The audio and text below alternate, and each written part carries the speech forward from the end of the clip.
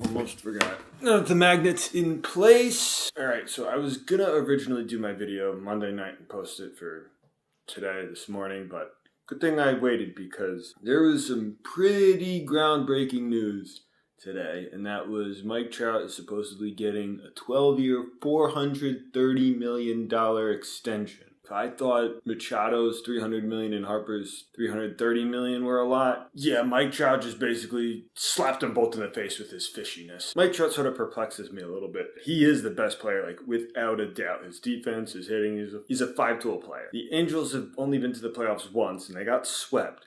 So why did he choose to stay with the Angels? Is it loyalty? Which I can respect that, but at that point, like, you want to win a championship. Does he see something the Angels have that we don't? Because clearly, like, they haven't been doing anything right these last, 6, 7, 8 years. It's just really sad that we might not see Mike Trout win a World Series because he's locked to an Angels team that just can't win. Aaron Hicks is now on the IL, not the DL. He's like a career 236 hitter, which I'm not sure why the Yankees gave him all that money in all those years when he hasn't been consistently on the field.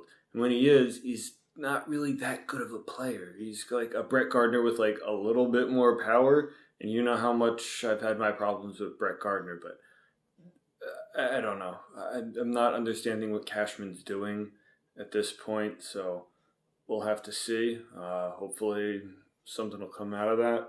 I'll talk a little bit about hockey. Sort of watching the game while I was having dinner. The Rangers were down 1-0. They had 16 shots on goal and they couldn't get anything done in the first. I haven't been able to see a lot of Ranger games, but if you look at the standings at least, and I've read the articles and whatnot, they've got 12, 13 overtime/shootout losses. That's most everyone else has maybe 6 or so. So that's an extra 7 points they could win. The Rangers are losing these close, tough games. So it's not like they're a bad team. It's just they've had bad luck. I mean, I've got my Capitals shirt on, supporting them right now, defend that title. We had Le'Veon Bell.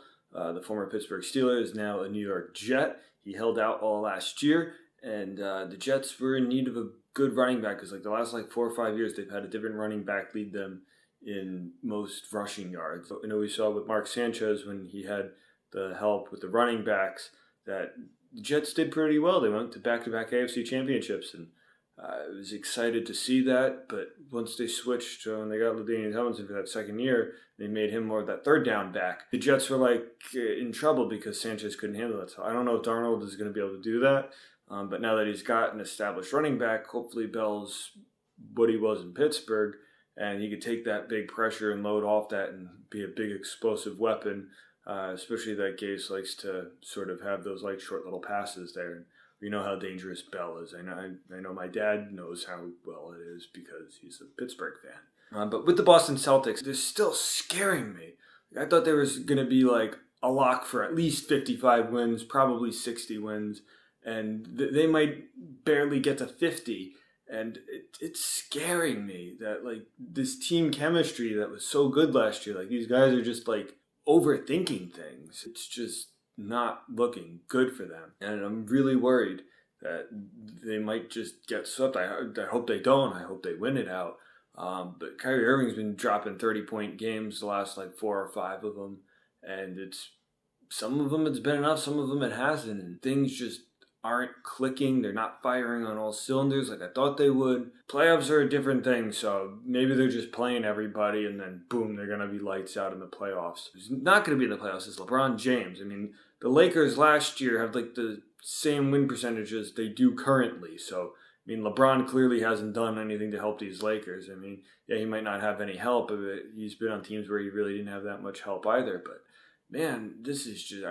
Father Time must be finally catching up to LeBron. The Miami Heat have a losing record. They're winning their division, but they're in the playoffs, and it bothers me. But at least in basketball, they've been dropped all the way to the 8th seed instead of being guaranteed that 3 seed. I wish other sports did this. Yeah, lots of things going on. See you when you pick up the gear, and then I'll see you when you post your video.